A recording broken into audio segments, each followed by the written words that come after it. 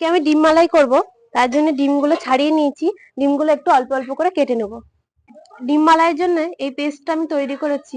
এর মধ্যে আছে কাজু, পেঁয়াজ, রসুন, আদা, ধনেপাতা আর কাঁচা লঙ্কা। আর এইটা আছে নারকেল। নারকেলে দুধ বের করে নেওয়া হয়েছে। আর এইটা হলো আছে টক দই। টক দই দিয়ে দেবো পরিমাণ মতো। ডিমগুলো আমি এবার ভেজে নেব।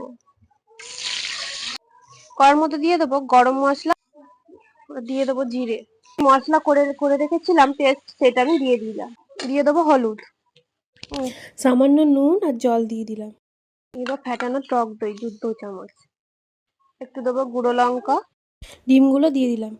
দিয়ে দেবো নারকেলের দুধ, দিয়ে দেবো একটু চিনি, দুটো কাঁচা লঙ্কা দিয়ে দেবো, কুচনো ধনেপাতা দিয়ে দেবো, গরম মশলা দিয়ে দেবো। এই যে আমার ডিম মালাই রান্না হয়ে গেছে। রেসিপিটা কেমন লাগলো কমেন্ট করে জানাবেন। বাড়িতে করে খেয়ে দেখবেন।